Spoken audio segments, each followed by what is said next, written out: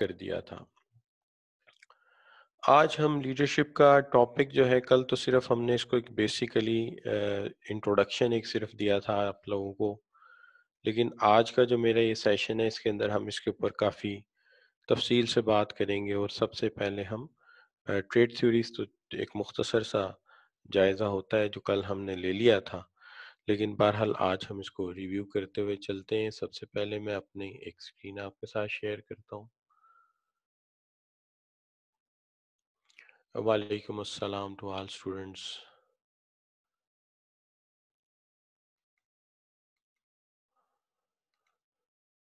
आज हमारा 9th consecutive lecture है। इस लेक्चर के जो आज के हमारे कंटेंट इन फोकस हैं, उसके अंदर सबसे पहले कल जो हमने लीडरशिप का इंट्रोडक्शन दिया था उसको एक रिव्यू करेंगे। उसके बाद स्टाइल्स थ्योरीज को शुरू करेंगे। स्टाइल्स थ्योरी में सबसे पहले जो थ्योरी आमतौर पर डिस्कस की जाती है वो ब्लैक एंड मॉर्टन थ्योरी है। इसको ब्लैक एंड मॉर्टन भी कहते हैं, ब्लैक एंड मॉर्टन भी बोल देते हैं। एशरिच स्कूल ऑफ थॉट ने इस भी काम किया है लीडरशिप थ्योरीज के ऊपर। तो हम सबसे पहले जहाँ से स्टार्ट कर रहे हैं वो है आपकी जो है इंट्रोडक्शन कल वाली। सबसे पहले कल जो बात हुई थी वो ये हुई थी कि लीडरशिप जो है वो एक इंटरपर्सनल इन्फ्लुएंस है directed towards achievement of goals. Leadership का बुनियादी मकसद ये है कि हम लोगों को इंस्पायर करें, मोटिवेट करें और अपने एक्सपीरियंस, स्किल्स और जो हमारे पास मोटिवेशनल फोर्स है उससे लोगों को इंस्पायर करें और इंस्पायर करके उनको अपनी मंजिल की तरफ फोकस करें। तो लीडरशिप जो है वो एक समाजी तासुर है या एक समाजी रवैया है जिसको हम बदल के लोगों को जो है वो उनकी मंजिल की तरफ गामजन करना चाहते हैं। अब जहाँ तक सवाल ये हो सकता है कि हम लीडरशिप क्यों पढ़ते हैं। देखिए, आम तौर पे हमारी ख्वाहिश ये होती है कि कोई भी जो ऑफिसर है या कोई भी अकाउंटेंट है, की पोस्ट पर है, बजाय इसके कि वो अपनी पोजीशन और पावर को इस्तेमाल करते हुए लोगों से अपने हुक्म को मनवाए, बल्कि वो इंस्पायर करे अपने तजर्बे, अपने एक्सपीरियंस और एक्सपोजर के साथ और अपने इल्मियत की बुनियाद के ऊपर लोगों के ऊपर अपना एक तासुर कायम करे। इस तरह जो लोगों के ऊपर तासुर या असर कायम होगा, ये ज़्यादा ड्यूरेबल होगा, लोग दिल से इसे एक्सेप्ट करेंगे, आपकी रिस्पेक्ट करेंगे और आपकी इंस्ट्रक्शंस को जो है वो मानेंगे, ना सिर्फ ऑफिशियल टाइम में बल्कि जनरल लाइफ में भी। इसका एक इम्पैक्ट आपकी पर्सनैलिटी पे ये भी होता है कि आगे चल के आप जब मिडिल लेवल मैनेजमेंट से ऊपर आते हैं, डायरेक्टर लेवल पे, तो फिर पूरे के पूरे कई यूनिट्स आपके साथ अटैच होते हैं और उनको लीड करना होता है। वहाँ पर भी बड़ी अच्छी लीडरशिप स्किल्स चाहिए होती हैं, तो इसलिए हम आपको ये स्किल्स जो हैं वो देना चाहते हैं। इसके साथ-साथ हम ये भी चाहते हैं कि आप अपनी इनफरादी ज़िंदगी में भी आपके फैमिली होगी, भाई-बहन हैं, सबको आपने गाइड करना है, डायरेक्शन देनी है, इसलिए भी आपको लीड करना आना चाहिए। तो आप ये कह लीजिए कि प्रोफेशनल एंड सोशल लाइफ दोनों की कामयाबी का राज इसके अंदर है। लेकिन हम वापस आए अगर अपनी डेफिनेशन के ऊपर, तो हम ये कहते हैं कि ये एक इंटरपर्सनल इन्फ्लुएंस है, एक समाजी तासुर है जो डायरेक्ट करता है, लोगों को रास्ता दिखाता है towards achievement of their goals. इसको हम कहते हैं ये क्या है, हमारी लीडरशिप है। लीडरशिप के अंदर सबसे पहला काम जो है वो ट्रेड थ्योरीज के हवाले से आपसे मैं शेयर कर रहा हूँ। ट्रेड थ्योरीज ऑफ लीडरशिप के अंदर ये किया गया है कि जो खसूसियात होती हैं तमाम लीडर्स की, जो भी दुनिया में पॉपुलर लीडर गुजरे हैं, उन तमाम की सिफात या खसूसियात को एक जगह इकट्ठा किया गया।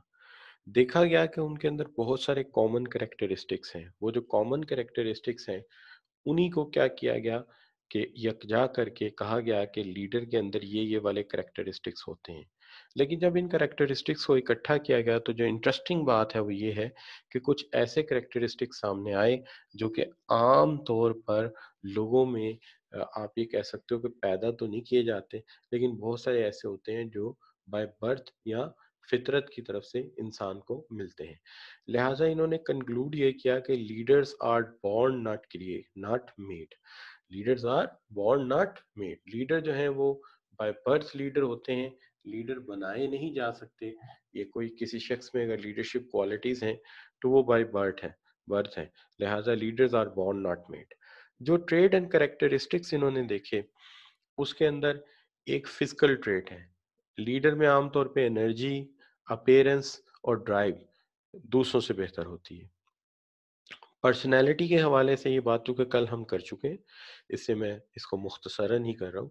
पर्सनैलिटी ट्रेट्स जो हैं, इसके अंदर ये होते हैं कि इसके अंदर एडॉप्टेबिलिटी टू एनवायरनमेंट दूसरों से ज़्यादा अच्छी होती है, जज़्बा ज़्यादा अच्छा होता है और अपने पे एतमाद भी इसको ज़्यादा होता है। जो सोशल ट्रेड इसके अंदर होते हैं, ये कोऑपरेटिव होता है और ताउन करने वाला होता है। इसको टैक्ट होता है कि कहाँ कौन-सी बात करने वाली होती है और अल्फाज के चुनाव में अल्लाह ताला ने इसे ख़ास सिफ़ात दी होती हैं। तो ये जो है, आप ये कह सकते हैं कि ये सारा कलेक्शन है ट्रेड थ्योरीज़ के हवाले से, जो कि दुनिया के लीडिंग लीडर्स को इकट्ठा करके उनके यकजा करके कैरेक्टरिस्टिक्स एक जगह जमा किए गए। अब यहाँ पे मैं आप दोस्तों से इसी के हवाले से एक छोटा-सा एमसीक्यू आपके सामने रखता हूँ। सवाल ये है, trade theories of leadership were based around the which of the following group of qualities, कौन सी ग्रुप ऑफ क्वालिटीज है? हर ऑप्शन में एक आध ऐसी गलती की गई है जिसको आप पढ़ेंगे तो आपको पता चल जाएगा ये ऑप्शन गलत है, लेकिन एक जगह हूबहू वही रखी गई है जो कि आपने पढ़ी है या समझी है, ये जर्नलाइज है। तो मैं फिर आपके कमेंट्स बॉक्स में देख रहा हूँ इस वक्त कि आप कौन सी ऑप्शन चूज करते हैं इसमें से। तो let me see the your comments box. तो उसमें मोस्टली स्टूडेंट ने बी ऑप्शन लिया है, जिससे ये पता चलता है कि आपने माशाल्लाह इसको बिल्कुल सही समझा है। अच्छा, तो ये हो गया जी हमारा जो फर्स्ट एमसीक्यू था आपके साथ। अब यहाँ पे आगे मैं ट्रेड थ्योरी के ऊपर इससे ज्यादा बात करनी नहीं चाहूंगा। मैं चाहूंगा कि इससे आगे बढ़े और बात करें आज स्टाइल्स थ्योरीज के ऊपर। देखिए, स्टाइल्स थ्योरी का जहां तक ताल्लुक है, हम इसके अंदर ये कहते हैं कि एक आम इंसान जो होता है उसका एक खास स्टाइल होता है। एक आम इंसान का एक खास स्टाइल होता है। इसी तरह लीडर्स का भी खास स्टाइल होता है। कोई लीडर ऐसा होता है जो फैसले खुद करता है, दूसरों को लिफ्ट नहीं कराता। कोई लीडर ऐसा होता है जो बगैर मशवरे के फैसला नहीं करता। तो ये अपने अपने स्टाइल है। मैं रिपीट करता हूँ, हर लीडर का अपना अपना स्टाइल होता है। कोई लीडर दूसरों के साथ मशवरा करके बात करता है, कोई लीडर अपनी राय को इम्पोज करता है। तो हर एक का एक अपना स्टाइल है। तो ये थ्योरीज उस स्टाइल बेस के ऊपर के लीडर के क्या क्या स्टाइल आमतौर पे देखे गए हैं। इसके अंदर ब्लैक एंड मोर्टन की अहमियत ये है कि ये एक तरह से फीडबैक है। यानी आप ये कह लीजिए कि हम किसी के अंडर काम कर रहे होते और हम उसको मार्क्स एलोकेट करते, हम उसको मार्क्स एलोकेट करते और मार्क्स एलोकेट करके उसके हवाले से उसका लीडरशिप स्टाइल समझते। तो आप यूं समझ लीजिए कि यहाँ पर दो एस्पेक्ट्स हैं। समझ लीजिए आप और मैं आज एग्जामिनर हैं और हमने लीडर को नंबर देने हैं। ठीक है जी, हमने लीडर को नंबर देने हैं, Blake and Mouton managerial grid पे जाके इसको नंबर देने हैं। तो मैं और आप आज क्या है, एक असेसर हैं, हम असेसमेंट कर रहे हैं लीडर की। अब सवाल ये है कि जब किसी को नंबर दिए जाते हैं, मार्क्स दिए जाते हैं, असेसमेंट की जाती है, तो भाई उसकी कोई बेस भी तो होती है। क्या हाल, मैं पेपर मार्क कर रहा हूँ तो पेपर मार्क मैं ऐसे ही कर दूंगा? उसका कोई स्टैंडर्ड, कोई क्राइटेरिया होगा ना जी।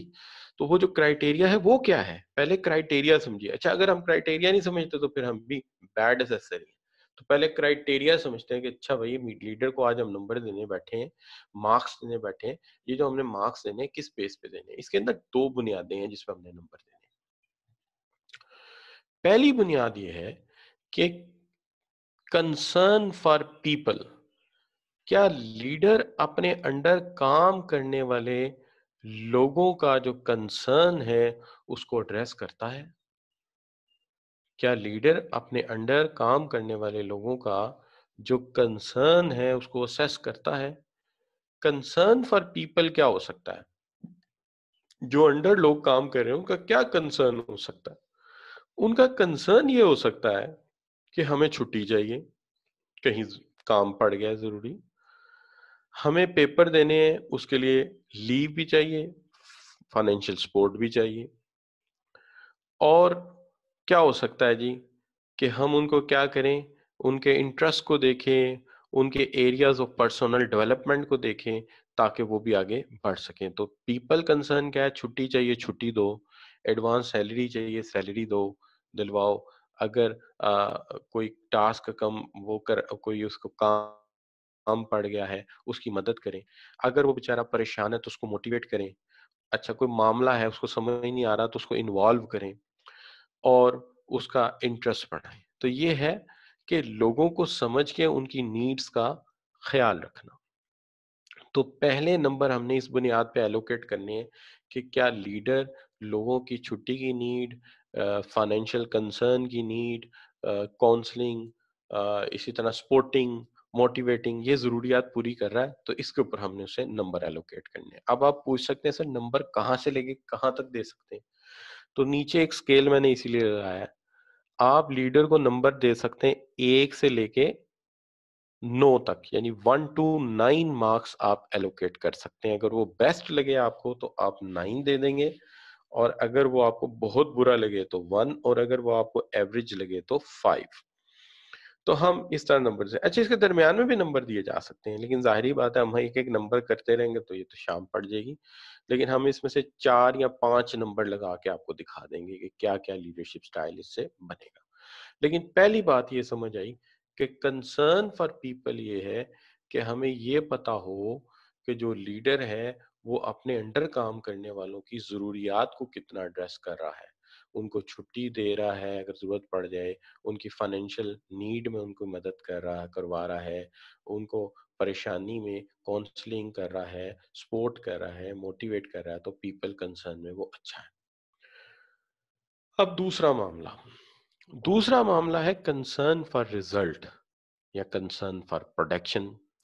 यहां मामला क्या है कि ये एक अहम मसला ये है कि क्या वो वक्त पे प्रोडक्शन करवा पा रहा है, टाइमली कंप्लीशन ऑफ वर्क करवा पा रहा है विद क्वालिटी, एफिशिएंसी को इंश्योर कर पा रहा है, और उसके साथ साथ जो जो भी टास्क हैं उनको वो अकम्प्लिश सही से करवा रहा है। तो यहाँ पे भी, इस पे भी हम उसे नंबर 1 टू 9 यानी 1 से लेके 9 तक दे सकते हैं।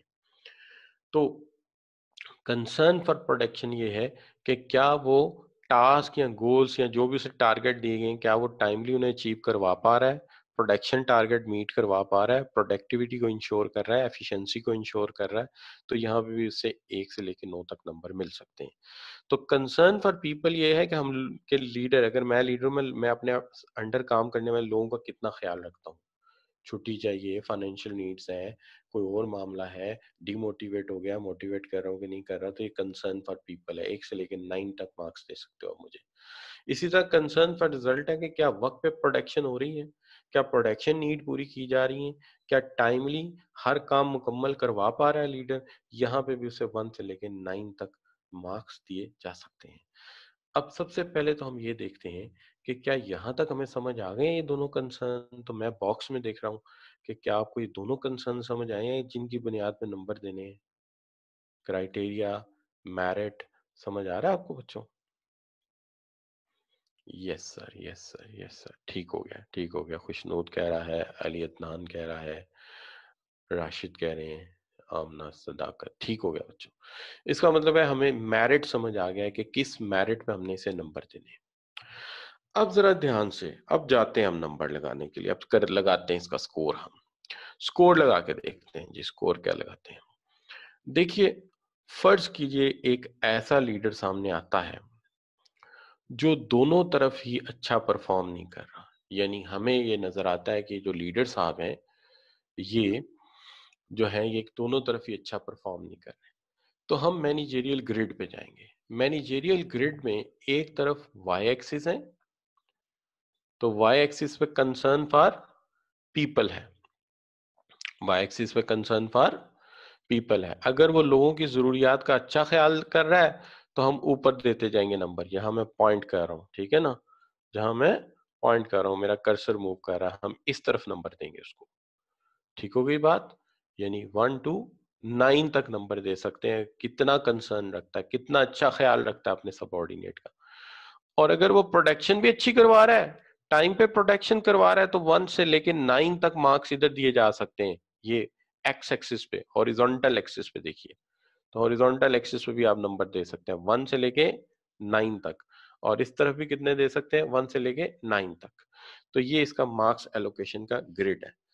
तो सबसे पहले हम 1.1 देखते हैं। 1.1 जो है, जहां मैंने रेड इंक के साथ लिंक किया दोनों को, तो ये देखिए 1.1 का मतलब ये है कि ये साहब जो हैं this a manager makes minimum effort in either area, यानी ना तो ये लोगों का ख्याल रख पा रहे हैं और ना ही ये जो है वो प्रोडक्शन अच्छी कर पा रहे हैं। तो इनको जो है 1.1 मैनेजमेंट कहा गया है और इसको हमने कहा मैनेजमेंट इम्प्रूविशमेंट। वो अक्सर होता है ना, वो घर में बच्चों का रिजल्ट आता है जब, तो 7वीं 8वीं 9वीं में, तो जो बच्चे बहुत ही कम परफॉर्म करते हैं तो उनके अक्सर लिखा होता है कि इम्प्रूविशमेंट, या वो उर्दू में इसको ये एग्जैक्ट तो नहीं लिखते, ये लिख देते हैं सख्त मेहनत की जरूरत है। कभी देखा है रेडिंग से लिखा होता है, अगर बच्चा अच्छा परफॉर्म ना करे तो रेडिंग से लिखा होता है सख्त मेहनत की जरूरत है। तो ये होते हैं 1.1, यानी ना तो लोगों की केयर कर रहे हैं और ना ही प्रोडक्शन की केयर कर रहे हैं। तो जब दोनों में ही पुअर है तो हमने क्या स्कोर दिया इसको, 1.1, और इसको हमने कहा मैनेजमेंट इम्प्रूविशमेंट। Not good in taking care of people and not good in taking care of work, both, दोनों में अच्छी नहीं है। ठीक हो गया बच्चों? तो ये बात समझ आ गई आपको? Can I see in the comment box please? दोनों में अच्छा नहीं है, 1.1 मैनेजमेंट इम्प्रूविशमेंट, समझ आ गई? ठीक हो गई बात, ठीक हो गई बात। भट्टी सब कह रहे हैं ठीक है, बाकी बच्चे भी जो हैं यही कह रहे हैं ठीक है, रशीद भी यही कह रहे हैं, और फिर ठीक हो गई। बीच में एक बच्चा, उसने नाम सैमसंग रखा हुआ है अपना, ओप्पो भी रखा हुआ है बच्चों ने नाम। ठीक हो गया बच्चों, कोई मसला नहीं। अच्छा, अब बच्चों देखते हैं कि अगर एक तरफ अच्छा और दूसरी तरफ बुरा हो, ऐसा भी तो हो सकता है। तो इसका जो एक तरीका ये हो सकता है, या एक ऐसी सूरत हाल हो सकती है कि मैनेजर साहब अपने वर्कर्स का तो बहुत ख्याल रखें लेकिन काम का ख्याल ना रख पाए, तो इसको हम कहेंगे कंट्री क्लब। यानी वो लोगों का बहुत ख्याल रखते हैं, काम का ख्याल नहीं रखते, तो हम इसको क्या कहेंगे, कंट्री क्लब। यानी 1.9, 19 का मतलब ये है कि पहले जाहिर है एक्स की वैल्यू आती है, तो एक्स की तरफ तो प्रोडक्शन है ना बच्चों, तो प्रोडक्शन तो सही कर नहीं पा रहा, इसलिए उधर से नंबर कितना मिला, ये देखिए जहां मैं कर्सर पॉइंट कर रहा हूं, यहां से कितना नंबर मिला, प्रोडक्शन में से सिर्फ एक नंबर मिला। और दूसरी तरफ जो लोगों की केयर है वो पूरी पूरी कर रहा है, तो जहां मैं कर्सर पॉइंट कर रहा हूं वहां से कितना नंबर मिला, 9, तो 19 बन गया। इसको हमने क्या कह दिया, कंट्री क्लब मैनेजमेंट। अब जो कंट्री क्लब मैनेजमेंट है, बिल्कुल ऐसे ही जैसे वो हम बचपन में एक नावल होता था, छोटी सी स्टोरी होती थी हमारे कोर्स में, तो उसके अंदर ये होता था कि वो एक कबालिया खान नामी कोई बादशाह थे, कहते हैं कि काबुल के बादशाह थे, मैंने हिस्ट्री नहीं पढ़ी, तो वो कहते हैं कि अपने वजीर को कि तुम एक महल बनाओ, तो वो महल बनाने जाता है और इतनी देर में कोई मुहिम शुरू हो जाती है और वो कंधार के बॉर्डर पे जाके कोई जंग शुरू कर देते हैं। बादशाह सलामत कोई आते हैं, कोई 6 से 8 माह के बाद, और आके देखना चाहते हैं कि मेरा महल कहाँ तक बना है। तो वो आके देखते हैं तो वहाँ कोई महल नहीं होता, खेमे लगे होते हैं, और वहाँ पे कुछ लोग चेस खेल रहे होते हैं, शतरंज खेल रहे होते हैं, सारे वर्कर उनकी टेक केयर कर रहे होते हैं, वहाँ कहवा चल रहा होता है, वर्कर बड़े खुश होते हैं लेकिन काम कोई नहीं हो रहा होता। तो इसको हम परफेक्ट कंट्री क्लब कह सकते हैं। तो बादशाह सलामत आते हैं और खिब्बल को इतनी सख्त सजा देते हैं, पहले उसे कुर्सी बना देते हैं, कहते हैं ये तूने तख्त बड़ा प्यारा बनाया, चल जरा आप बेटा इस तख्त पे बैठ जा, तो बेचारा कुर्सी बन के बैठ जाता है। फिर उसके बाद उसको कहते हैं कि चल बच्चे, ये जो तूने बाग उगाए ना, जरा फूल भी सूंघ, तो वो मशरूम तोड़ के देते हैं उसको, तो उसके नाक में कांटे चुभते हैं जड़ी बूटी के। तो आप ये कह लें कि ये कुछ ऐसी सूरत हाल है कि काम तो टकेगा नहीं है, लेकिन जब उसे सजा मिलती है तो जो उसके वर्कर होते हैं वो बेचारे बड़े इमोशनल हो जाते हैं। यानी वो लोगों की इतनी केयर करता है कि उसको जो सजा मिलती है वो उसके वर्कर्स को महसूस हो रही होती है, उसकी फोर्स को महसूस हो रही होती है। लेकिन वैसे मिनहसुल इंसान वो बहुत अच्छा है कि उसको जो तकलीफ दी जा रही है उसके चाहने वालों को महसूस हो रही है, लेकिन वो जो महल बनाना है उसमें से उसने एक दीवार भी खड़ी नहीं की। लिहाजा नतीजा ये होता है कि बादशाह सलामत उसको माफ कर देते हैं, लेकिन ये दुनिया माफ नहीं करती। लिहाजा कंट्री क्लब रन करना कोई अक्लमंदी नहीं है। ऑर्गेनाइजेशन के पैसे से वर्कर को तो सेटिस्फाई रखना, लेकिन ऑर्गेनाइजेशन के लिए कुछ भी डिलीवर ना करना कोई अच्छी बात नहीं। अच्छा बच्चों, अब दो स्टाइल हो गए, एक स्टाइल हो गया कि दोनों की केयर नहीं करता तो फिर मैनेजमेंट इम्प्रूवमेंट है, और अगर वो लोगों की केयर करता है लेकिन काम की केयर नहीं करता तो 1.9 है, और वो है कंट्री क्लब मैनेजर। तो ये दो स्टाइल हो गए। तो अब यहाँ तक क्या हमें समझ आ गई है? अगेन जरा कमेंट्स बॉक्स में चल के देखते हैं कि क्या आपको कंट्री क्लब की भी समझ आ गई है क्या है। जी ठीक हो गया, जाकिर कह रहे हैं ठीक है जी। इसी तरह आमना कह रही हैं, अली इत्नान कह रहे हैं ठीक हो गया बेटा, फर्स्ट क्लास हो गया। अच्छा, अब चलते हैं, हम आगे बढ़ते हैं, बात करते हैं तीसरे स्टाइल के ऊपर। देखो बच्चों, जो तीसरा स्टाइल है उसको हम कहते हैं टास्क मैनेजमेंट। टास्क मैनेजर एक ऐसा मैनेजर होता है जो लोगों की परवाह बिल्कुल नहीं करता, काम काम सिर्फ काम और सिर्फ काम की केयर करता है। आल दो ये फिक्रा तो कायदे आजम का, लेकिन कायदे आजम लोगों का बहुत ख्याल रखते थे।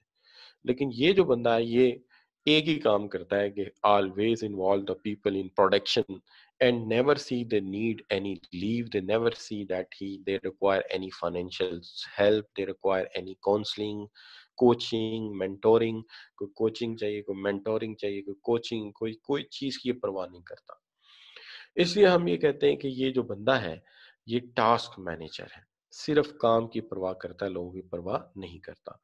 तो this manager only concerned with production and arrangement work in such a way that people interference is minimized। लोगों को बात में इन्वॉल्व भी नहीं करता, बस काम पे लगाए रखता है। इसलिए हमने इसको एक्स वाली साइड पे जहां मैं पॉइंट कर रहा हूँ, टास्क के अंदर या प्रोडक्शन के अंदर 9 के 9 नंबर पूरे दे दिए, 9 कंप्लीट 100%, 9 ही मैक्सिमम थे, मैंने 9 के 9 दे दिए। लेकिन चूंकि इसने लोगों का ख्याल नहीं रखा, तो इस साइड पे देखिए, ये जहां पे मैं पॉइंट कर रहा हूँ वर्टिकल एक्सिस में, वर्टिकल एक्सिस से मैंने सिर्फ इसको 1 नंबर दिया है, तो ये क्या है? ये टास्क मैनेजमेंट है। क्लियर हो गया बच्चों? अब देखिए यहां तक आके हुई टास्क मैनेजमेंट। अब हम आगे बढ़ते हैं तो बात करते हैं कि इससे बेहतर भी तो हो सकता है कि दोनों चीजों की कोई केयर करता हो, उसको दोनों में अच्छे नंबर दे देंगे। फिर अगर वो लोगों का भी ख्याल रखता है और काम का भी बहुत ख्याल रखता है तो फिर वो टीम मैनेजर है, समझे? वो फिर मैं हूं। अच्छा, तो team manager is taking care of people and taking care of work, दोनों का ख्याल रखता है। तो हम ये कहते हैं कि this manager integrate two areas to foster working together and high production to reduce true team leadership. तो ये है ट्रू टीम लीडरशिप, लोगों की जरूरियात, यानी छुट्टी चाहिए छुट्टी भी दे रहा है, उनका करियर नीड है, कोई एग्जाम देना है, कोई ट्रेनिंग लेनी है वो भी दे रहा है, करियर काउंसलिंग भी कर रहा है, कोचिंग भी कर रहा है, मेंटोरिंग भी कर रहा है, साथ ही साथ मैनेजमेंट को या ऑर्गेनाइजेशन को टॉप क्लास प्रोडक्शन दे रहा है, टॉप क्लास परफॉर्मेंस दे रहा है। तो ये जो है ये बेस्ट रिजल्ट है। तो this is called team management. लेकिन कुछ ऐसे भी तो है ना जिनको एवरेज पे डाल देना चाहिए, थोड़े से अच्छे प्रोडक्शन में, थोड़े से अच्छे किसमें? शाबाश, पीपल केयरिंग में, बिल्कुल सही। तो इनको 5.5, ये देखिए जहां मैंने पॉइंट किया, ये क्या है? ये 5.5। यहाँ पे मैं जहाँ पॉइंट कर रहा हूँ, 1 मिनट में पॉइंट दोबारा करता हूँ, ये देखिए जहाँ कर्सर इस वक्त आया 5.5।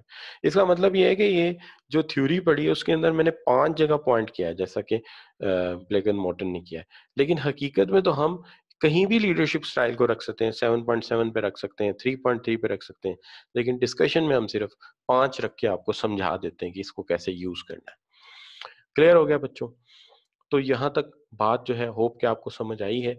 मैं जरा इसको एक दफा एग्जांपल के साथ क्लियर कर देता हूँ। देखिए फर्ज कीजिए कि एक पर्सन है, let's say his name is, कोई भी नेम रख देते हैं, let's say his name is William. So William goes to a manager for leave and says that his mother is suffering from some fever and he wants to get a 3 days leave. तो वो जाता है management improvement के पास और जाके कहता है, यानी उसका मैनेजर, फर्ज कर लीजिए कि मैनेजर इम्प्रूवमेंट, कि सर 3 दिन की छुट्टी चाहिए, वालदा बड़ी बीमार है। ऐसे लोगों को मैं परसीव करता हूँ कि हार्श भी होते हैं, बदतमीज भी होते हैं। तो वो कहता है माँ बीमार है, मरनी होगी मर जाएगी, बचनी होगी बच जाएगी, यहाँ काम हो रहा है, चलो यहाँ से भागो, कोई छुट्टी नहीं है, बैठ जाओ यहाँ पे आराम से। वो बैठ जाता है आराम से, उसको कहा जाता है बैठ गया, वो उठ के जाके फिर कहता है कि सर बैठा हूँ फारिग, यहाँ काम ही दे दे फिर कोई। नहीं जी, जब जब काम याद आएगा तो दे देंगे, कोई मसला नहीं है, तनख्वाह मिलती है ना, चलो वहां बैठो, पैसे तुम्हें यहाँ रहने के दिए जाते हैं, जब काम याद आएगा दे देंगे, चलो यहाँ बैठो। ना काम दे रहा है ना जरूरत की छुट्टी दे रहा है, दोनों नहीं दे रहा। तो क्या ऐसा दुनिया में होता है? बिल्कुल होता है। ऐसे मैनेजर होते हैं, ऐसी मैनेजमेंट होती है।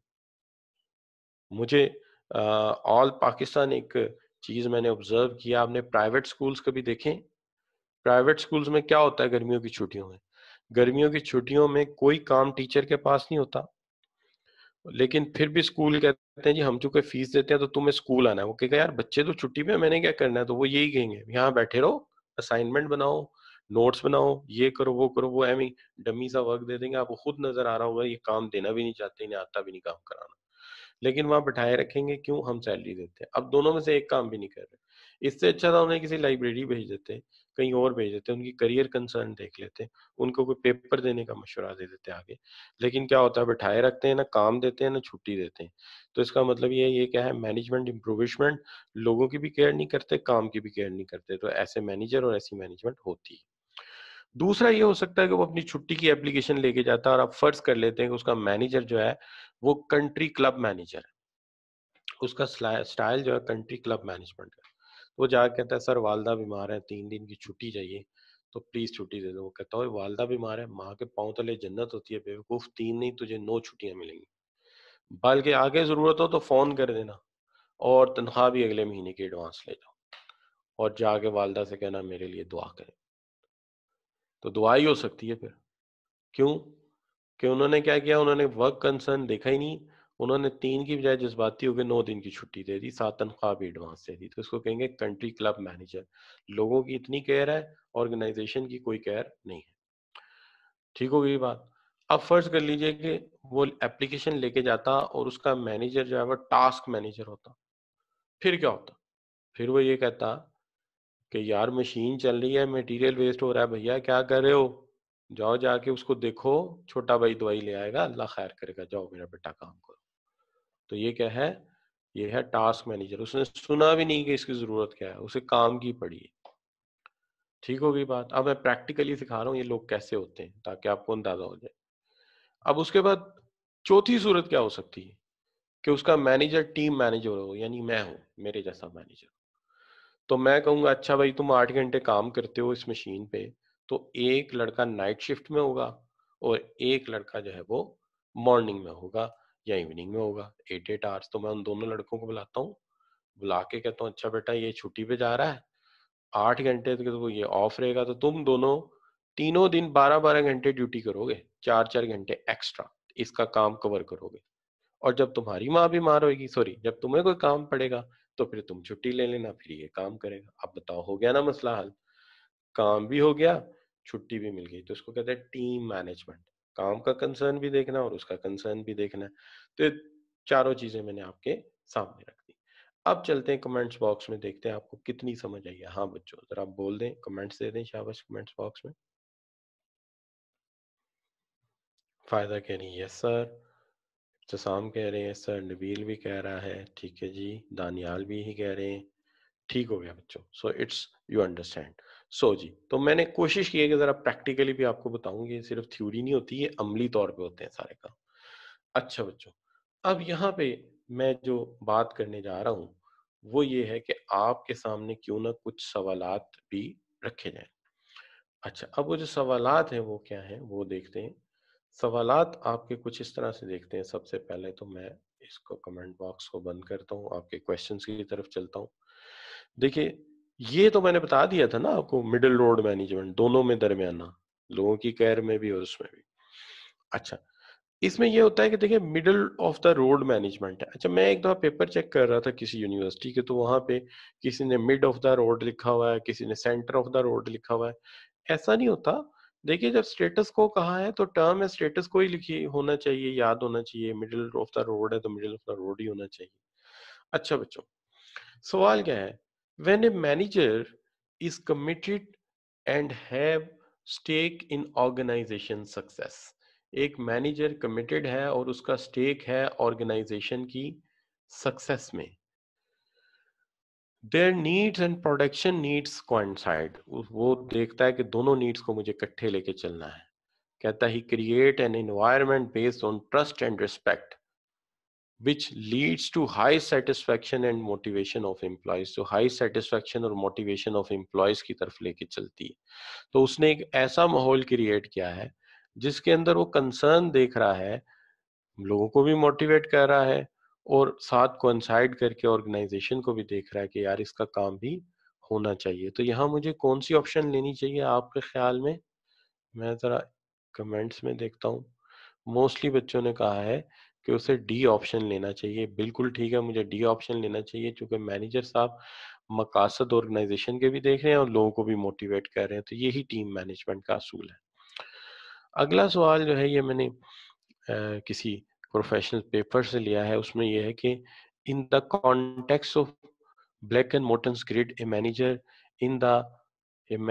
in the top left hand corner of the grid would fall into which category? देखिए यहाँ पे मैंने ये दोबारा लगा दिया ग्रिड, लेकिन जब ये पेपर में आया था तो वहाँ ग्रिड नहीं था। तो यहाँ पे तो मैं आपकी हेल्प कर रहा हूँ, वहाँ नहीं हेल्प होगी। वहाँ पे आपको खुद उसी वक्त जहन में लाना पड़ेगा कि टॉप लेफ्ट कॉर्नर पे कौन सा है। तो जिस साइड से मैं बैठा हूँ ये मेरा राइट हैंड है, ये मेरा लेफ्ट हैंड है।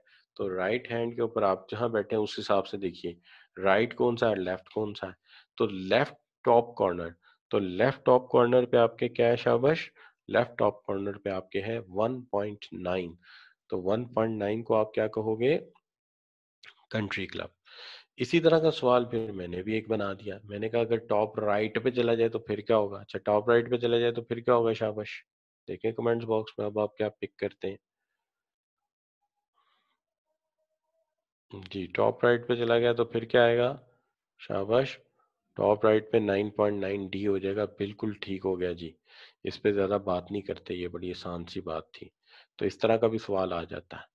अच्छा बच्चों, अब ये भी सवाल जो है बड़ी प्रोफेशनल बॉडी का सवाल है, तो इसको जरा देखते हैं बड़े गौर के साथ। अच्छा, किसी प्रोफेशनल बॉडी के पास पेपर का सवाल है। ये सवाल कुछ इस तरह से है कि कहा यह जाता है कि Sadia is a manager in the sales department of जिक company and she has several staff working for her. From last two terms, her department is failed to meet sales target, but is very friendly.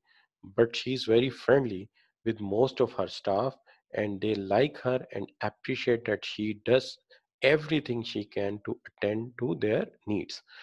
तो दो term से target तो meet नहीं हुआ, लेकिन ये है कि स्टाफ उसकी बड़ी तारीफ करता है। तो इसके लिए कौन सी ऑप्शन लेंगे आप? मैं कमेंट्स बॉक्स में देखता हूँ आपके। ठीक हो गया जी, राइट हो गया। इसके लिए आप यकीनी तौर पे जो ऑप्शन लेंगे वही लेंगे, सी कंट्री क्लब। उसकी वजह यह है कि लोगों की केयर हो रही है लेकिन टारगेट तो अचीव नहीं ना हुआ। तो टारगेट अचीव नहीं हुआ तो कंसर्न फॉर प्रोडक्शन में तो नंबर 1 ही देंगे, लेकिन जहां लोगों को खुश कर दिया है तो वहां पे नंबर 9 मिल जाएंगे। ठीक हो गई बात, तो इसको हम कंट्री क्लब कह सकते हैं। तो जनाब ये हो गया। अब यहाँ पे है Ashraf is CFO of Kohinoor energy projects. He is passionate about his work, who does the best he can for the people he works with. वो अपने काम के मतलब पैशनेट है, लेकिन अपने लोगों के लिए जो बेस्ट हो सकता है वो करता है। तो अब यहाँ पे कौन सी ऑप्शन आप लोगे? शाबाश जी, डी ऑप्शन बिल्कुल सही। फायदा ने भी ठीक ली है और बाकी बच्चे जो हैं, अशरफ हो गया, ठीक है, दानियाल हो गया, ठीक है बच्चों, बेस्ट हो गया जी कि यही ऑप्शन आप लेंगे। तो इट्स अंडरस्टूड। तो इसके ऊपर सवाल भी आई होप कि ऐसा ही बनेगा। तो हम यहां तक बात कर लेते हैं कि ये हो गया जी हमारा ऑप्शन। अब यहाँ पे मैं जो आपकी ब्लैक एंड मोर्टन थ्योरी है इसको मैं खैर बात कहता हूँ। अब चलते हैं दूसरी स्टाइल थ्योरी के ऊपर। स्टाइल थ्योरीज आपके कोर्स में बुनियादी तौर पे जो है ये 2 या 3 हैं। एक आध और मैं कल आपके साथ शेयर करूँ, नेक्स्ट लेक्चर में शेयर करूंगा जो नेक्स्ट वीक होगा। लेकिन इस वक्त जो मैं थ्योरी शेयर करना चाह रहा हूँ, ज्यादा कमेंट्स इसी पे करूंगा। ये असल में यहाँ एशरिच स्कूल ऑफ लीडरशिप, मैंने इसकी पिक्चर भी जो है वो भी लगाई है ताकि आपके जहन में एक इमेज बने कि किसी बंदे का नाम नहीं है, ये एक स्कूल ऑफ मैनेजमेंट है। इनकी और भी बहुत सारी रिसर्चेज हैं। जब आप आगे आके स्ट्रेटेजिक मैनेजमेंट पढ़ेंगे, जब आगे आके आप ऑपरेशनल मैनेजमेंट पढ़ेंगे तो वहाँ पे भी इनका कई जगह आपको जिक्र नजर आएगा। 2-3 ऐसे नाम हैं जो बड़े बच्चों को याद रखने पड़ते हैं, जैसे कि बूस्टन कंसल्टिंग ग्रुप की रिसर्चेज हैं, इसी तरह कुछ कंपनीज हैं, शेल की भी अपनी रिसर्चेज हैं इसी तरह। लेकिन यहाँ पे एक ये यूनिवर्सिटी है, रिसर्च का इदारा है जिसको हम एशरिज स्कूल ऑफ लीडरशिप कहते हैं, इनकी भी अपनी अप्रोच है। और ये कहते हैं लीडर्स जो है वो 4 तरह के होते हैं। टेल्स होते हैं, सेल्स होते हैं, कंसल्ट्स होते हैं और जॉइंट्स होते हैं। मैं रिपीट करता हूँ, 4 होते हैं। टेल्स होते हैं, सेल्स होते हैं, कंसल्ट्स होते हैं और जॉइंट्स होते हैं। तो अब देखिए कि इसके ऊपर हम सबसे पहले जो मिसाल लेते हैं, वो सबसे पहले जो लेते हैं वो टेल्स लेते हैं। तो टेल्स जो होते हैं, चूंकि इनका नाम ही टेल्स है और आगे मैंने ऑटोक्रेटिक भी लिख दिया है, ये ऐसे लीडर होते हैं जिनके, आप कह लीजिए, बोलने के लिए अल्लाह ने इन्हें जुबान तो दी है लेकिन सुनने के लिए कान नहीं दिए। ये जो अपना सब ऑर्डिनेट है उसकी कोई बात नहीं सुनते, उसकी कोई बात नहीं सुनते, हुक्म चलाते हैं। यानी अगर आप यूं कह लें कि फैसला होने वाला है और अगर हम ये कहें कि किसी से मशवरा कर लें सबऑर्डिनेट से, ये कोई मशवरा नहीं करते, फैसले से पहले कोई मशवरा नहीं करते, फैसला खुद करते हैं और फैसले के बाद एक हुक्म सादिर करते हैं, एक हुक्म दे देते हैं कि ये काम आपने करना है। अगर आप इनका नेचर समझना चाहते हैं तो ये जो पिक्चर लगी हुई है ये जरा देखिए, इसके अंदर जो बंदा है और उसका शेडो, शेडो में फर्क आपको कुछ नजर आ रहा है? क्या फर्क नजर आ रहा है? जी, बंदे की नोज बड़ी लंबी है, वो अपनी नाक लंबी करना चाहता है, यानी वो कहता है कि जो कहता हूं वो हो जाए, जो मैं कहता हूं वो सुना जाए और उसी बात को माना जाए। तो ये जो लीडर हैं ये हुक्मन काम चलाते हैं, फैसले से पहले कोई मशवरा नहीं करते, हुक्म सादिर करते हैं और उसके बाद ये कहते हैं कि जो कहा गया है वो ही करो। हम इन्हें कहते हैं कि ये टेल्स हैं। इनकी स्ट्रेंथ क्या है? इनकी स्ट्रेंथ ये है कि जब हम इनसे देखते हैं तो एक तो ये कि जब इन्होंने किसी से मशवरा नहीं करना तो फैसला जल्दी हो जाता है, डिसीजन क्विकली हो जाता है, ज़्यादा मशवरा करने की ज़रूरत नहीं। तो डिक्टेटरशिप में एक ही खूबी होती है कि फैसले जल्दी हो जाते हैं। The most effective type of leadership है जहां प्रोग्राम्ड काम हो रहा होता है, जहां बहुत प्रोग्राम्ड काम हो रहा होता है, जहां पर के आपको सबऑर्डिनेट की बजाय जो पिछले डिसीजन हुए हुए हैं स्ट्रक्चर्ड, वो ही चलाने हैं, जैसे फौज है, आर्मी है। तो वहां पर ये लीडरशिप स्टाइल बड़ा अच्छा है कि जो कह दिया है वो करो। लेकिन जहां तक ताल्लुक है इसकी वीकनेसेस का, तो वीकनेसेस, सबसे बड़ी वीकनेस ये है कि वन वे कम्युनिकेशन है। सीनियर तो जूनियर को बहुत कुछ कह रहा है लेकिन जूनियर जो है वो सीनियर से किसी भी किस्म की कोई बात कर नहीं सकता, शेयर नहीं कर सकता। तो सीनियर जो कहना चाहे कहे, जूनियर जो कहना चाहता है वो नहीं कह सकता, उसकी फीलिंग्स क्या है, उसकी सोच क्या है, उसके पास आइडियाज क्या है, वो कोई नहीं सुनने को तैयार। बाज का जूनियर के पास बड़े अच्छे आइडियाज होते हैं लेकिन वो सुनने को तैयार ही नहीं है। तो it is one way communication. Neglect feedback, upward communication है ही नहीं, यानी ये जूनियर सीनियर को कुछ कह ही नहीं सकता, तो अपवर्ड कम्युनिकेशन है ही नहीं, टीम इनपुट है ही कोई नहीं। तो ये इसकी स्ट्रिक्ट वीकनेस है। दूसरा मसला ये है कि डज नॉट इनकरेज इनिशिएटिव। जब ऑर्डर ऊपर से आते रहेंगे, एक अरसे तक हुक्म जारी होते रहेंगे और हुक्म ऊपर से आता रहेगा, तो आहिस्ता आहिस्ता सबऑर्डिनेट के अंदर शायद ये सोच आ जाएगी कि मैं शायद इस काबिल ही नहीं हूं कि किसी बात पर मशवरा दे सकूं। या वो ये सोचने लग जाएगा कि अगर मैंने कोई बड़ी अच्छी बात सोच भी ली, अगर मैंने कोई बड़ी अच्छी बात सोच भी ली तो मेरी बात कौन सी इन्होंने सुननी है। तो जब उसे ये एहसास होगा कि मेरी बात ये सुनना ही नहीं चाहते, तो फिर बेहतर है यार खामोशी इख्तियार की जाए, तो वो इनिशिएटिव लेना छोड़ देगा। अब ये इनिशिएटिव लेना छोड़ना कोई छोटी बात नहीं, ऐसी भी सूरत हाल हो सकती है कि एक दिन वर्कर फारिग बैठे हों या सबऑर्डिनेट फारिग बैठे हों, इंस्ट्रक्शन देना लीडर भूल जाए, तो वो कहेंगे कि हम कुछ भी नहीं करेंगे। क्यों नहीं करेंगे? चूंकि हमें कहा नहीं गया। तो जब कहा नहीं गया लिहाजा हम कुछ भी नहीं कर सकते, तो वो फिर कुछ भी नहीं करेंगे। ये भी एक मसला है। तो अब आप इसको यूं देख सकते हो कि भाई बात यह है कि टेल्स हैं, हुक्म जारी करते हैं, मशवरा लेते नहीं, फैसला इम्पोज करते हैं, फैसला जल्दी हो जाता है, मान लिया।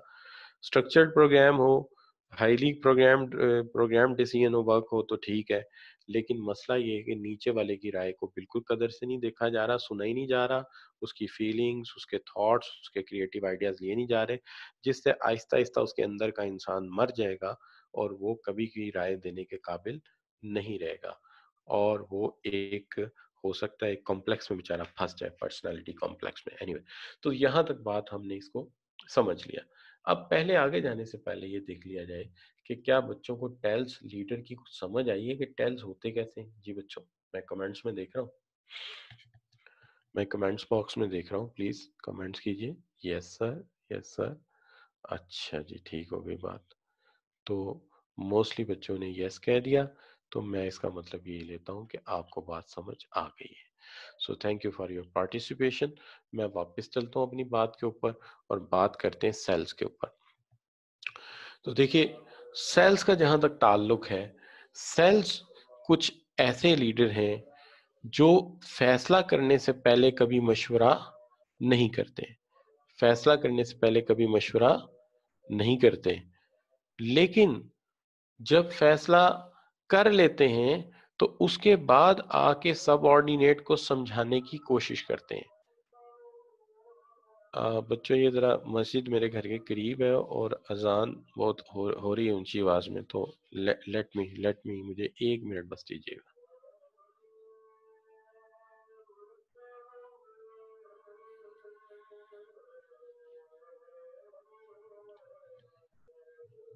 अल्लाह अकबर, अल्लाह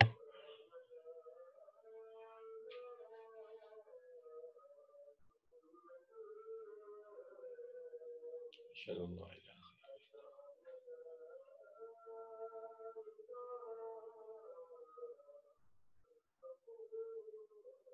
अशहदु अन ला इलाहा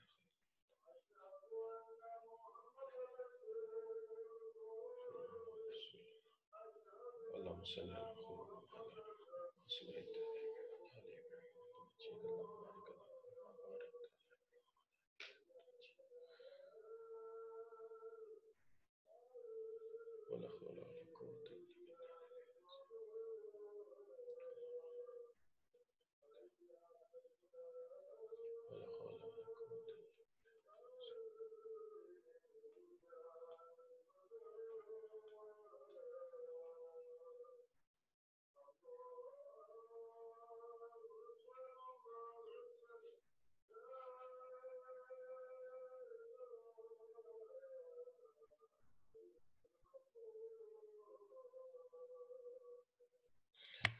जी बच्चों, तो मैं ये बात कर रहा था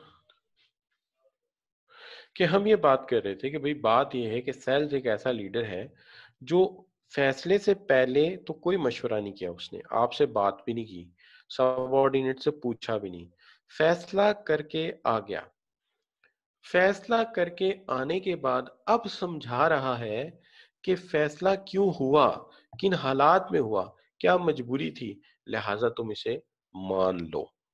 तो आप ये कह सकते हो कि this is a manager who make decision by his own self, but after making decision he tried to motivate the subordinate to please accept my decision.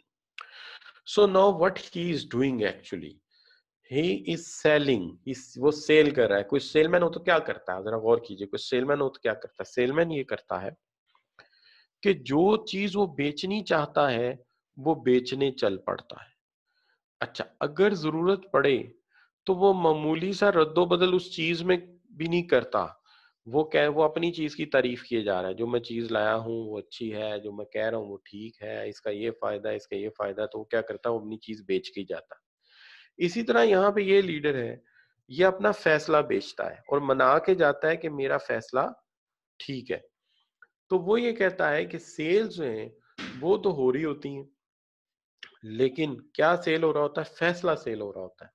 तो डिसीजन वो खुद लेता है और डिसीजन लेने के बाद वो क्या करता है कि जो सेलिंग का फैसला है या जो बेचने का फैसला है वो आपको मानना पड़ेगा, यानी मेरा फैसला मानो। तो फैसला खुद करता है और अपने फैसले को मोटिवेट करके वर्कर्स को मनाने की कोशिश करता है। और फिर ज़ाहिरी बात है कि ऐसी सूरत हाल में किसी हद तक वर्कर को ये बात फिर माननी है, जो कि आप सीनियर है उसके, तो ये भी एक तरीका है। तो क्या मतलब हुआ, मशवरा नहीं लेना, फैसला खुद करना है, और बाद में जाके सब ऑर्डिनेट से कहना है कि मेरा फैसला तुम मान लो। तो ये है सेल्स। अब सवाल ये है कि इनकी स्ट्रेंथ क्या है। इनकी स्ट्रेंथ जो है वो ये है कि कम से कम मेंबर्स को ये समझ आ जाती है कि ये फैसले की वजह क्या है। टेल्स में तो ये भी नहीं समझ आई थी। कम से कम ये समझ आ जाती है कि फैसले की वजह क्या है। दूसरा जो है वो ये है कि टीम मेंबर में भी मोर कमिटेड, टीम मेंबर ज्यादा कमिटेड हो सकते हैं क्योंकि उन्हें मना लिया गया है। टेल्स ने तो मनाया नहीं था, इसने तो मनाया है, वजह भी बताई है, तो हो सकता है कि यहाँ पे सूरत हाल बेहतर हो। लेकिन टीम मेंबर में भी able to function slightly better, ये भी हो सकता है कि वो थोड़ा बेटर परफॉर्म करें एज कंपेयर टू टेल्स। लेकिन जो मसला है वो ये है कि वीकनेस ये है कि कम्युनिकेशन फिर वन वे है। आप फैसला करके समझा तो रहे हैं लेकिन उनकी बात तो फिर भी नहीं सुन रहे, जूनियर की बात तो नहीं सुन रहे आप। और इसी तरह team member are not necessary to motivate, लाजिम नहीं कि वो हर सूरत मोटिवेट हो जाए, हो भी सकते हैं नहीं भी हो सकते। तो ये है सेल्स। अब फिर कमेंट्स बॉक्स में जाके देखते हैं कि क्या सेल्स की हमें समझ आ गई है। मैं वेट कर रहा हूँ। फायदा कह रही है यस आई है। और कोई बच्चा? जी शाबाश। और कोई बच्चा? मैं देख रहा हूँ कमेंट्स में। बिल्कुल ठीक हो गया। यस यस यस यस, ठीक हो गया बच्चों। तो आपकी तरफ से कमेंट्स मुझे रिसीव हो गए कि ठीक है। तो यहां तक हमने इसको समझ लिया कि दो स्टाइल ये कौन कौन से हैं। तो टेल्स जो है फैसला करता है, हुक्म जारी करता है, समझाता कुछ नहीं है। सेल्स फैसला करता है, हुक्म जारी करता है, लेकिन समझाता है कि इसको ऐसे करो। अब आ गई बात कंसल्ट्स की।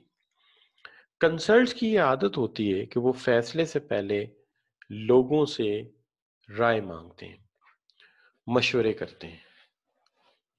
वो लोगों से फैसले से पहले मशवरे करते हैं, लेकिन मशवरा करने के बाद फैसला वो अपने हाथ में रखते हैं, फैसला खुद करते हैं। यानी हर सबऑर्डिनेट से पूछते हैं, लेकिन पूछने के बाद फैसला खुद करते हैं, फैसला सबऑर्डिनेट के हाथ पे नहीं छोड़ते।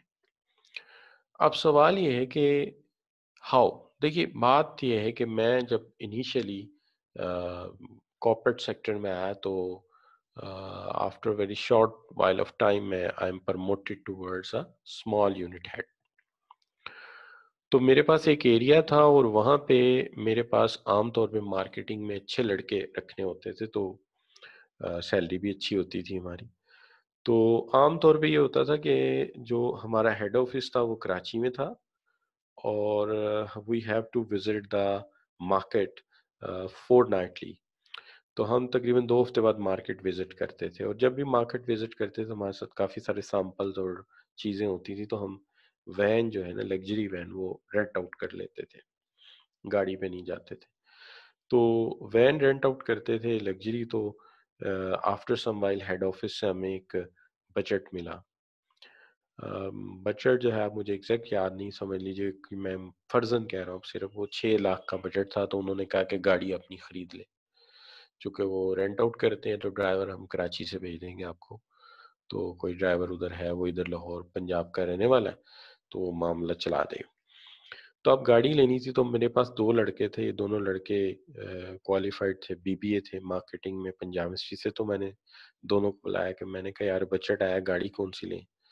तो दोनों लड़के कह को क्योंकि हालात वो पुराने भी थे, उन्हें पता था हालात का, तो उन्होंने कहा कि सर ठीक है, हमें बजट का भी पता है, तो आप ऐसा करें कि एक सुजुकी बोलान डब्बा ले लें, वैन ले लें, हाई रूफ ले लें। मैं चलो ठीक है।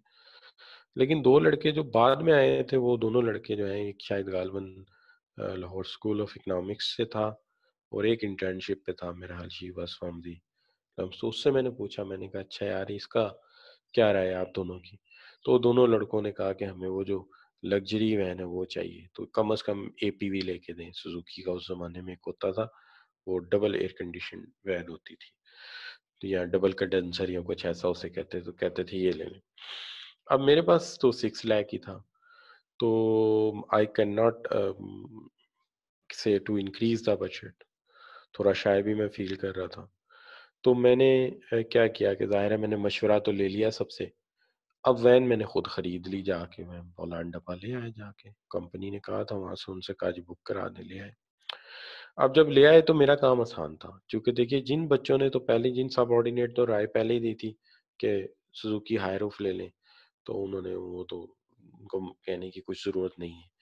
अब मेरा आधा काम रह गया कि वो जो दो कैंडिडेट थे मेरे, या दो मेरे जो सबऑर्डिनेट थे, वो राज़ी नहीं थे इसके ऊपर। वो चाहते थे कि कोई लग्जरी या एयर कंडीशन वैन हो। तो उनको मैंने बुलाया और बुला के कहा कि देखो यार, ये सितंबर का महीना चल रहा है, आगे अक्टूबर, नवंबर, दिसंबर, जनवरी, फरवरी, मार्च तक जो है वो मौसम अच्छा है। तो दिसंबर में एनुअल सेल्स कॉन्फ्रेंस होगी, हम कराची जाएंगे और हम सेल्स इतनी ज़्यादा देंगे इंशाल्लाह कि वहाँ जाके हम उनके, जब वो हमसे रिक्वायरमेंट मांगेंगे तो हम ये डब्बा उनके हैंड ओवर कर देंगे कि ये आप रख लें, हमें कोई लग्जरी वैन दे दें। तो ये हो जाएगा। तो उनको मैंने मना लिया। तो इस तरह से ये कंसल्ट का अंदाज हो गया कि पहले मैंने मशवरा ले लिया, फिर मेरी जो लिमिटेशन थी उसके अंदर ही मैंने फैसला करना था, मैंने फैसला किया। तो मुझे अंदाज़ा हो गया कि कौन सा बंदा इस पे खुश होगा, कौन सा खुश नहीं होगा। तो जो खुश नहीं होगा उसको मैंने बुलाया और बुला के गाइड किया कि ये सूरत हाल है, ये कंडीशन है और ये आगे चल के हो जाएगा। तो वो भी दोनों मुतमईन हो गए। तो इसमें कंसल्ट स्टाइल में जो है स्ट्रेंथ ये आ जाती है कि आप वर्कर्स को इन्वॉल्व कर लेते हैं फैसले में, वर्कर्स को अपने फैसले में आप शामिल कर लेते हैं। दूसरी चीज़ ये हो जाती है कि आप उनका इंटरेस्ट समझ लेते हैं, आप उन्हें इन्वॉल्व कर लेते हैं, तो आपको बहुत हद तक इनपुट मिल जाती है, सजेशंस मिल जाती है। दूसरी बात ये है कि अब कम्युनिकेशन टू वे हो जाती है, चूँकि आप जो है उनकी बात सुन भी लेते हैं और कुछ बात करते भी हैं, कहते भी हैं, तो कहना और सुनना, अपवर्ड, डाउनवर्ड दोनों तरफ कम्युनिकेशन तो हुई। लेकिन अगर यहाँ पे देखा जाए वीकनेस में, तो कहता है may take longer time to reach decision, decision लेने में वक्त लगेगा। पहले मशवरे करो, मशवरे करने के बाद डिसीजन को सुनो, लोगों की ओपिनियन सुनो, ओपिनियन लेने के बाद फिर राय लो, राय लेने के बाद फिर आप फैसला करके फिर समझाओ, तो काफ़ी वक्त लग जाएगा। दूसरी चीज़ इसमें वो तनकीद ये करते हैं, कहते हैं कि टीम मेंबर इनपुट में not enhance the quality of the decision. बाज़ का quality of decision team member के फैसले से इन्हांस नहीं होती। कह सकते हैं सम टाइम नहीं होती, बट जनरली हो जाती है। क्रिटिसिज्म में कह दिया जाता है, लेकिन कहता है ये कंसल्ट स्टाइल है, आपने खामखा उसे सेल्स कह दिया है। तो कंसल्ट स्टाइल, सॉरी, ये सेल स्टाइल है, कंसल्ट स्टाइल सेल स्टाइल ही है। सिर्फ इसको थोड़ा सा ये कह दिया गया कि फैसला पहले ही पता होता है लीडर को, ऐसे ही बस वो थोड़ा मजा ले रहा होता है कि इससे भी पूछ लो, उससे भी पूछ लो, उससे भी पूछ लो।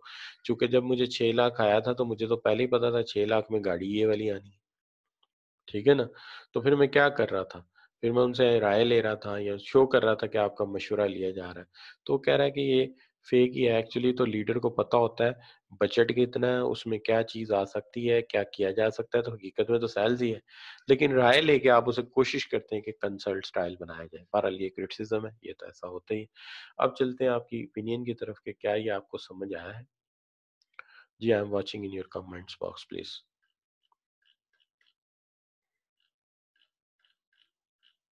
जी, कमेंट्स मोस्टली जो आ रहे हैं, लेट्स कमेंट्स आर।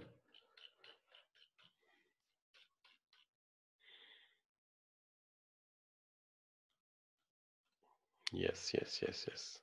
ओके बच्चों, ठीक हो गया, आपकी तरफ से मोस्टली यस आए हैं, तो इससे मुझे लगता है कि आपको ये बात बिल्कुल सही समझ आ गई है। अच्छा बच्चों, अब इसके बाद जो है हम ये कर लेते हैं कि नेक्स्ट स्टाइल जो है जॉइंट्स का है। अब जो जॉइंट्स का स्टाइल है, वो बड़ा सिंपल सा स्टाइल है। उसके अंदर कोई ज़्यादा मशवरे वाली बात या कोई लंबी चौड़ी बात नहीं जो मैं आपको समझाऊँ। लीडर साहब आते हैं, फैसले की नोयत समझाते हैं, सूरत हाल समझाते हैं और सबऑर्डिनेट से कहते हैं कि जनाब वोट दीजिए कि आप क्या फैसला लेना पसंद करेंगे। तो क्या होता है कि जो सबऑर्डिनेट्स हैं उनकी वोटिंग, ये देखिए पिक्चर साथ लगी हुई, इनके वोट के साथ फैसला हो जाता है। सबऑर्डिनेट के वोट्स के साथ फैसला हो जाता है, जिस तरफ वो वोट ज्यादा डालते हैं वो फैसला हो जाता है। और जमहूरियत का असूल है मेजोरिटी इज अथॉरिटी। अगर मेजोरिटी का एक फैसला आ गया तो मिनॉरिटी ने कहना है कि ठीक है, हमारी ही राय गलत थी अगर मेजोरिटी ये कह रही है। लिहाजा समझाने की कोई ज़्यादा ज़रूरत है ही नहीं। तो ये क्या है? Democracy, democratic style of leadership. इसमें क्या होगा कि स्ट्रेंथ क्या है? मोटिवेशन और कमिटमेंट टीम की होगी, क्योंकि टीम ये कहेगी कि ये फैसला हमने मिलके किया है, तो जब हमने ये फैसला मिलके किया है तो इसकी कामयाबी हमारे लिए हर सूरत ज़रूरी है। तो लीडर अपनी जो टीम है वो अपनी पूरी कोशिश करेगी कि इस फैसले को हमने अब कामयाब बनाना है। तो फैसले की जो ओनरशिप है वो टीम खुद लेगी जिम्मेदारी के साथ। और दूसरा, टीम मेंबर्स को पता चल जाएगा कि हमारे मशवरों की कीमत है, वक़्त है, अहमियत है। तो वो क्या करेंगे? वो आइंदा से अच्छे मशवरे और सजेशंस भी देंगे, तो इसका फ़ायदा होगा। वीकनेस वही है कि टाइम बहुत लगेगा, समझाना पड़ेगा, फिर वोटिंग, फिर मशवरे करेंगे। और एक डर ये भी हो सकता है कि टाइम की लेंथ ज़्यादा लग जाए फैसला लेते-लेते। और एक मसला ये हो सकता है कि शायद सबऑर्डिनेट ये समझेंगे सारा कुछ तो हम कर रहे हैं, लीडर साहब तो बस कुछ सोचते ही नहीं है, जो हम कहते हैं वो कर देते हैं, तो उनकी वो अंडरमाइन करना शुरू कर दें। तो एक ये भी हो सकता है कि पॉलिटिकल सिस्टम शुरू हो जाए, पॉलिटिसाइज़ शुरू हो जाए, कि मैं वर्कर्स आपस में, ये सबऑर्डिनेट आपस में मिल जाएँगे, "यार पिछली दफ़ा जो तुमने कहा था हमने वो वोट दिया था ना, तो इस दफ़ा जो मैं कह रहा हूँ ना, तुम उस पे हक पे वोट दे दो।" तो इस तरह हो सकता है वो मिल-जुल के आपस में जो है वो मैनिपुलेशन शुरू कर दें फैसलों की। तो फ़ायदा ये कि फैसले में कमिटमेंट आएगी, वर्कर मोटिवेट होगा और वो कहेगा कि ठीक है, मुझे ओनरशिप मिल रही है फैसले की और मेरी राय मानी जा रही है। कम्युनिकेशन टू वे हो जाएगी। कमज़ोरी ये है कि शायद वो समझे कि लीडर जो है वो साहब को इतनी नॉलेज ही नहीं रखते, जो हम कह रहे हैं वो कर रहे हैं, इनको समझ कोई नहीं है और फैसला स्लो भी होगा।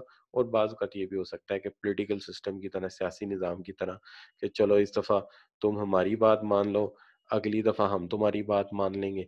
इस तरह दोनों जो हैं एक-दूसरे की जो सिचुएशन है उसको एक्सेप्ट करना शुरू कर दें। तो इस तरह की सूरत-ए-हाल जो है वो पैदा हो सकती है। तो इस तरह की सिचुएशन बन सकती है। आई एम सॉरी, 1 मिनट ज़रा रुकिए। आप ज़रा इस पे सोचिए।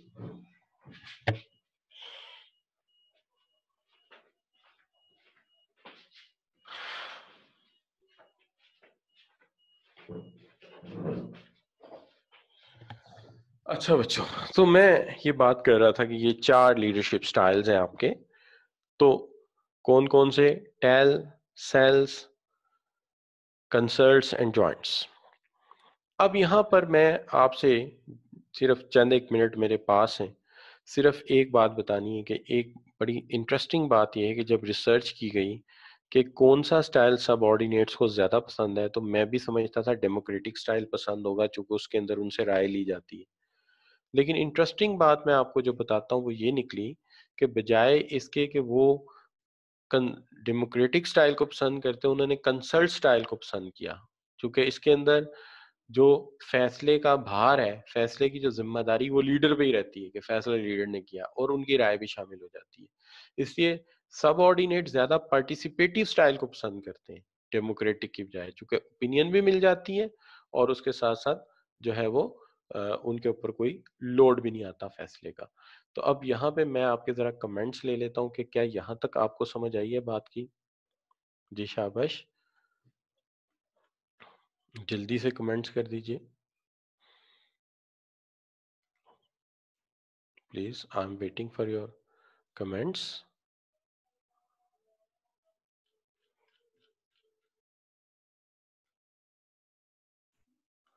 Yes, yes, yes, yes.